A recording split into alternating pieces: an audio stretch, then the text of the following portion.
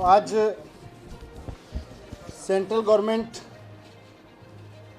Parliament में एक बहुत ही अलोकतांत्रिक और असंवैधानिक बिल दिल्ली के संबंध में लेके आई है।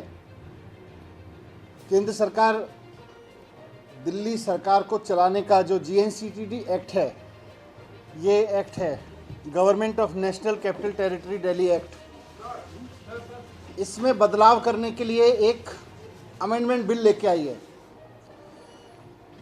ये जो बिल है, ये जो अमेंडमेंट लेके आ रही है केंद्र सरकार, भारतीय जनता पार्टी की सरकार, ये जैसा मैंने कहा कि संविधान के खिलाफ है और साथ साथ लोकतंत्र के खिलाफ है। इस बिल में लिखा हुआ है, ये बिल है, अमेंडमेंट बिल, इसकी कॉपी है। ये एक पन्ने का बिल है कुल मिला के, और इस बिल में लिखा हुआ है कि दिल्ली सरकार, मतलब इस बिल के लागू होने के बाद दिल्ली सरकार का मतलब होगा लेफ्टिनेंट गवर्नर। दिल्ली में चुनी हुई सरकार का मतलब अब कुछ नहीं रह जाएगा। दिल्ली में सरकार का केवल एक मतलब होगा, लेफ्टिनेंट गवर्नर। ये बहुत ही खतरनाक अमेंडमेंट है, लोकतांत्रिक हिसाब से देखें और संविधान के हिसाब से देखें, दोनों तरफ से। और दूसरा, इसमें लिखा हुआ है कि जो चुनी हुई सरकार है, मंत्रिमंडल है, वो जो भी फैसले लेगा उसकी फाइल अब LG के पास भेजनी पड़ेगी, हर एक फाइल। तो दो अमेंडमेंट है मेन रूप से इसमें। पहला ये कि सरकार का मतलब होगा लेफ्टिनेंट गवर्नर, तो इसका मतलब यह है कि चुनी हुई सरकार का कोई मतलब नहीं रह गया, चुनाव कराने का कोई मतलब नहीं रह गया, मुख्यमंत्री मंत्री का कोई मतलब नहीं रह गया, सरकार केवल LG साहब होंगे। तो ये एक बहुत ही तानाशाही भरा अमेंडमेंट है। और दूसरा, जैसा मैंने कहा कि हर एक फाइल LG के पास भेजनी पड़ेगी, ये भी अपने आप में एक बहुत तानाशाही भरा है कि फिर सरकार चुनने का मतलब क्या रह गया, फिर चुनाव क्यों करवाते हो, फिर डेमोक्रेसी का दिखावा क्यों करते हो। अगर चुनी हुई सरकार, चुने हुए मंत्रियों, चुने हुए मुख्यमंत्री के पास में कोई डिसीजन लेने की पावर ही नहीं है, और अगर सरकार का मतलब हो गया लेफ्टिनेंट गवर्नर, तो फिर ये मंत्री मुख्यमंत्री बनाते क्यों, ये विधानसभा बनाते क्यों, चुनाव कराते क्यों, ये लोकतंत्र होने का, लोकतांत्रिक होने का ढोंग क्यों करते हो। मैं इसको थोड़ा सा विस्तार से आपके सामने रखना चाहता हूँ, इसकी हिस्ट्री के साथ में। इसका सारा पावर देश चलता है कॉन्स्टिट्यूशन से। कॉन्स्टिट्यूशन में दिल्ली सरकार कैसे बनेगी, दिल्ली में असेंबली कैसे बनेगी, उसमें सरकार कैसे बनेगी, वो सरकार कैसे काम करेगी, बहुत स्पष्ट रूप से लिखा हुआ है। मैं थोड़ा सा उसके रिलेवेंट पोर्शंस को आपके सामने पढ़ देता हूँ। कॉन्स्टिट्यूशन में 239AA एक आर्टिकल है। 239AA में लिखा हुआ है कि there shall be a legislative assembly for national capital of Delhi. Delhi की एक असेंबली होगी, विधानसभा होगी। This assembly shall have power to make law for the whole or any part of the subject of the national capital territory with respect to any of the matters enumerated in the state list or in the concurrent list, except matter with respect to entries 1, 2 and 18 of state list। मतलब यह है कि दिल्ली में एक चुनी हुई assembly होगी, संविधान में लिखा हुआ है, और इस चुनी हुई विधानसभा के पास स्टेट लिस्ट और कंकरेंट लिस्ट में शामिल सभी विषयों पर एंट्री नंबर 1, 2 और 18, मतलब पब्लिक ऑर्डर, पुलिस और ज़मीन, इन 3 मसलों को छोड़ के बाकी सारे मसलों पर, दिल्ली के क्षेत्र में आने वाले सभी मसलों पर कानून बनाने का अधिकार होगा। मेक लॉ, कानून बनाने का अधिकार होगा। ये इसमें संविधान में साफ साफ लिखा हुआ है। आगे लिखा हुआ है कि संविधान, ये विधानसभा के साथ साथ दिल्ली में there shall be a council of ministers consisting of not more than 10%, उसका पूरा कंपोजिशन है। और ये there shall be council of minister of not more than 10% of the total number of members in the assembly with the chief minister at the head of aid and at the head to aid and advise the lieutenant governor. सारे संविधान में राज्यों के पास में यही होता है, और इसी तरह से यही बात यहाँ लिखी हुई है कि एक चुना हुआ मंत्रिमंडल होगा, मुख्यमंत्री होंगे और वो एड एंड एडवाइस करेंगे लेफ्टिनेंट गवर्नर को। यही केंद्रीय मंत्रिमंडल का मतलब होता है, यही दिल्ली के बाकी राज्यों के मतलब का होता है। इस संविधान में आगे लिखा हुआ है कि प्रोवाइडेड, और ये सब अपने लॉ बनाएंगे और बाकी सारा फंक्शनिंग करेंगे, इसमें ये लिखा हुआ है संविधान में, provided that in case of difference of opinion between the LG and ministers on any matter, LG shall refer this to president. अगर एलजी और चुनी हुई सरकार के बीच में कोई मतभेद होगा तो वो मामला प्रेसिडेंट को जाएगा और प्रेसिडेंट के हिसाब से उस पर काम होगा। ये सिंपल सी भाषा में लिखा हुआ है।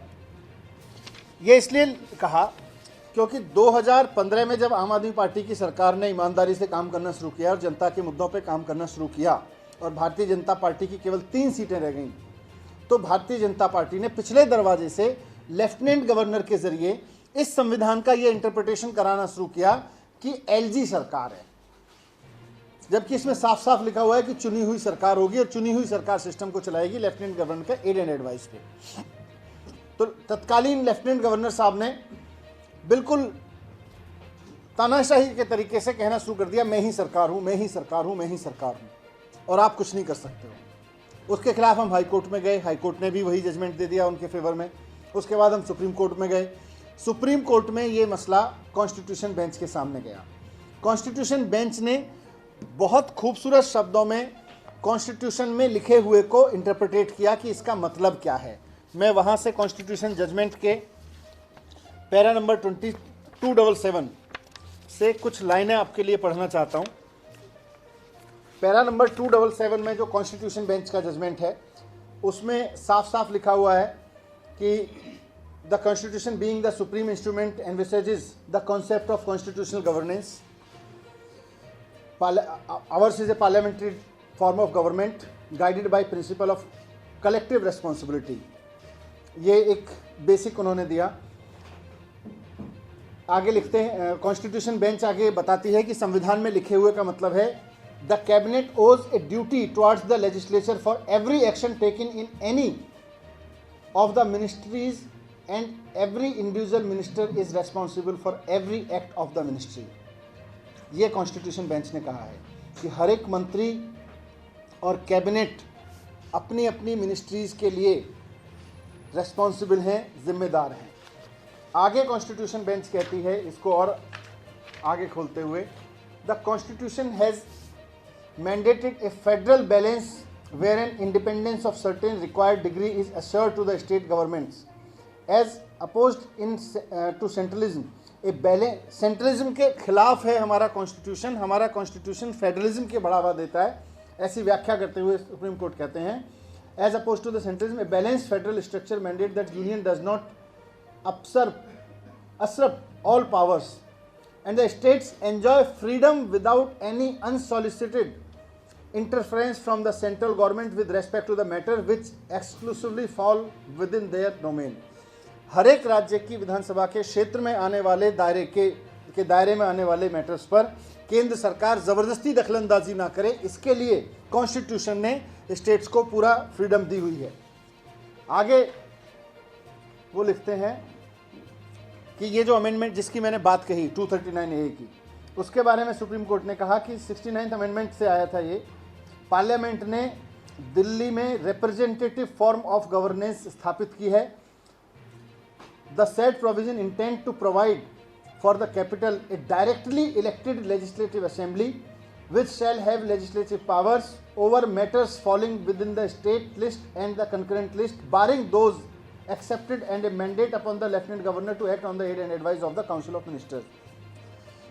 3 सब्जेक्ट को छोड़ के उसके लिए उन्होंने बताया कॉन्स्टिट्यूशन ने कि लेजिस्लेटिव असेंबली और सरकार को दी है। The Legislative Assembly of the Delhi also has the power to make law over all those subjects which figure in the concurrent list and all but 3 excluded subject in the state list। फिर से उसी बात को दोहराया है। आगे लिखते हैं The executive power of the Council of Ministers of Delhi spans over all subject in the concurrent list and all but those 3 subjects। Assembly को भी पावर है, कैबिनेट को भी पावर है, काउंसिल ऑफ मिनिस्टर्स को 3 सब्जेक्ट्स को छोड़ के कॉन्स्टिट्यूशन के ऑर्डर में, कॉन्स्टिट्यूशन बेंच के ऑर्डर में, सुप्रीम कोर्ट के ऑर्डर में साफ साफ लिखा हुआ है। Union of India has exclusive executive power with respect to NCT of Delhi relating to the 3 matters. 3 subject पे उनके पास में एक्सक्लूसिव पावर है, ये सुप्रीम कोर्ट ने साफ किया। In the state list in respect to which the power of the Delhi legislature has been excluded. In respect of other matters, the executive power is to be exercised by the government of NCT of Delhi. Delhi सरकार बाकी सारे matters पे 3 subject को छोड़ के executive power use करेगी, ये भी लिखा है। आगे लिखते हैं द एड एंड एडवाइस का meaning. The meaning of aid and advice employed in the article 239 AA has to be constituted to mean that the Lieutenant Governor of NCT of Delhi is bound by aid and advice of the Council of Ministers, and this position holds true to so long as the Lieutenant Governor does not exercise his power to differ. The Lieutenant Governor has not been entrusted with any independent decision making power. ये जो amendment ये ला रहे हैं, ये साफ साफ कह रहे हैं कि आपको हर एक डिसीजन एलजी के पास भेजना पड़ेगा, हर एक फाइल भेजनी पड़ेगी, और एलजी सरकार है। सुप्रीम कोर्ट कहते हैं कि कॉन्स्टिट्यूशन में साफ साफ लिखा हुआ है कि lieutenant governor has not been entrusted with any independent decision making power. He has to either act on the aid and advice of the council of minister और has to differ and send it to the president. फिर constitution कहता है कि अगर किसी मामले में lieutenant governor any matter, अगर लेफ्टिनेंट गवर्नर और मिनिस्टर के बीच में डिफरेंस ऑफ ओपिनियन है तो एनी मैटर को भी कॉन्स्टिट्यूशन में लिखे हुए एनी मैटर को भी बहुत अच्छे से इंटरप्रेट किया है सुप्रीम कोर्ट ने 4 जुलाई 2018 के जजमेंट में। The words any matter employed in the proviso of 239A can not be inferred to mean every matter. इसको हर एक मामला नहीं समझा जाएगा, एनी मैटर का मतलब होगा the power of lieutenant governor under the set proviso represent the exception and not the general rule which has to be exercised in exceptional circumstances by the LG. बहुत रेयरेस्ट मैटर्स में ये use होगा, exceptional circumstances में use होगा, हर एक मामले में any matter का मतलब है कोई बहुत रेयरेस्ट मामला, हर एक मामला नहीं है। जबकि ये अमेंडमेंट कहता है कि हर एक मामला एलजी के पास में भेजना पड़ेगा।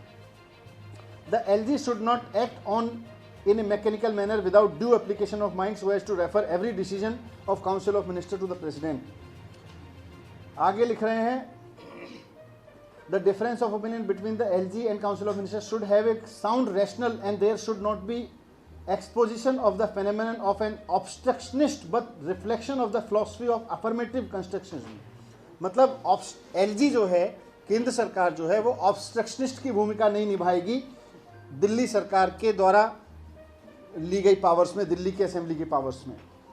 एक और पैराग्राफ इंपॉर्टेंट है इसमें, the scheme that has been conceptualised by the insertion of 239AA, जो कॉन्स्टिट्यूशन है उसको और GNCTD एक्ट को और TBR transaction of business rules, इन तीनों को साथ में पढ़ें तो सुप्रीम कोर्ट कहते हैं this indicates that the lieutenant governor being the administrative head shell be kept informed. ये जो कह रहा है कानून इनका नया कि हर एक फाइल पहले भेजनी पड़ेगी एलजी साहब के पास, उसके बारे में सुप्रीम कोर्ट ने पहले ही लिख दिया कि संविधान में लिखा हुआ है that lieutenant governor shall be kept informed with respect to all the decision making taken by the ministers. The terminology send a copy thereof to the LG, forward to the lieutenant governor और submit to the lieutenant governor और cause to be furnished to the lieutenant governor in the rules lead to only one possible conclusion that the decision of the council ministers must be communicated to the lieutenant governor, but this does not mean that the concurrence of the LG is required. मतलब concurrence की कोई जरूरत नहीं है LG की transferred subjects में। The said communication is imperative to be keep him apprised in order to enable him. So ये basically मोटे तौर पर सुप्रीम कोर्ट ने साफ कह दिया था कि संविधान में लिखे हुए का मतलब है कि दिल्ली के चुने हुए मंत्रिमंडल के पास में पूरी पावर्स होंगी। 3 सब्जेक्ट को छोड़ के लेफ्टिनेंट गवर्नर साहब को ये अधिकार होगा कि वो अगर किसी मामले पे अलग राय रखते हैं तो वो अपनी राय प्रेसिडेंट साहब को कह के उस पर डिफरेंस ऑफ ओपिनियन दे सकते हैं, लेकिन उनसे कंकरेंस लेने की कोई ज़रूरत नहीं होगी। ये साफ साफ कॉन्स्टिट्यूशन बेंच ने कॉन्स्टिट्यूशन में लिखे हुए को समझा दिया है। उसके बाद अब केंद्र सरकार ने, भारतीय जनता पार्टी ने क्या किया है कि अब ये कानून ले आए हैं और इस कानून में लिख दिया है, इस कानून के बाद ये जो सुप्रीम कोर्ट का जजमेंट है ये इसको उलट दे रहा है। यानी कि सुप्रीम कोर्ट को जजमेंट को उलटने का मतलब है कि ये कॉन्स्टिट्यूशन को उलट रहे हैं। कॉन्स्टिट्यूशन में लिखा हुआ है कि चुनी हुई सरकार के पास पावर होंगी, 3 सब्जेक्ट को छोड़ के। ये कह रहे हैं कि चुनी हुई सरकार के पास में 3 सब्जेक्ट तो छोड़ दीजिए, किसी भी मामले में चुनी हुई सरकार सरकार ही नहीं होगी, लेफ्टिनेंट गवर्नर सरकार होंगे। और दूसरा कह रहे हैं कि मंत्रिमंडल को हर एक फाइल अपनी वहां पे भेजनी पड़ेगी एलजी के पास में। फिर ऐसे कैसे काम चलेगा, ऐसे कैसे सरकार चलेगी? फिर मंत्रिमंडल बनाई क्यों रहो, चुनाव करवाई क्यों रहो? तो ये जो भारतीय जनता पार्टी का अप्रोच है, केंद्र में बैठ के जनता के निर्णय के खिलाफ इस तरह की हरकतें करना, साम दाम दंड भेद किसी भी तरह से, पहले तो चुनाव जीतने की कोशिश करना, जब जनता चुनाव में हरा दे तो उसके बाद चुने हुए एमएलएज को खरीद के सरकार बनाने की कोशिश करना, सरकार चलाने की कोशिश करना। और जहां एमएलएज ना बिक पाएँ, दिल्ली जैसी जगह पे जब वो इसमें भी फेल हो गए कि एमएलएज खरीद पाते, तो उसके बाद में उन्होंने कॉन्स्टिट्यूशन के अगेंस्ट जाके, सुप्रीम कोर्ट के जजमेंट के अगेंस्ट जाके ये कानून अमेंडमेंट पास लेके आए हैं। और इसमें कुल मिला के चुनी हुई सरकार की जगह भारतीय जनता पार्टी पिछले दरवाजे से अपनी सरकार बनाने की कोशिश कर रही है। ये सवाल सिर्फ आम आदमी पार्टी और भारतीय जनता पार्टी का नहीं है, ये इस देश के संविधान के ऊपर बहुत खतरा है कि केंद्र में बैठी हुई सरकार क्या कोई भी कानून पास करके जनता द्वारा चुनी गई सरकार को साइड करके गवर्नर और लेफ्टिनेंट गवर्नर के जरिए सरकार चलाने का नया तरीका खोज के लाई है, वो भी तब जबकि उसके खरीदने पे उसको एमएलएज नहीं मिल रहे या जनता ने उसको ज़ीरो पे कर दिया। तो ये बहुत गलत चीज़ कर रहे हैं, मैं आपके सामने रखना चाह रहा था। अनकॉन्स्टिट्यूशनल इलीगल चीज़ कर रहे हैं। भारतीय जनता पार्टी दिल्ली में बुरी तरह से चुनाव हार गई, इस बार 0 सीट दी है उसको, और 0 सीट वाली पार्टी अब क्योंकि केंद्र में बैठी है तो पिछले दरवाजे से दिल्ली में सरकार चलाना चाह रही है।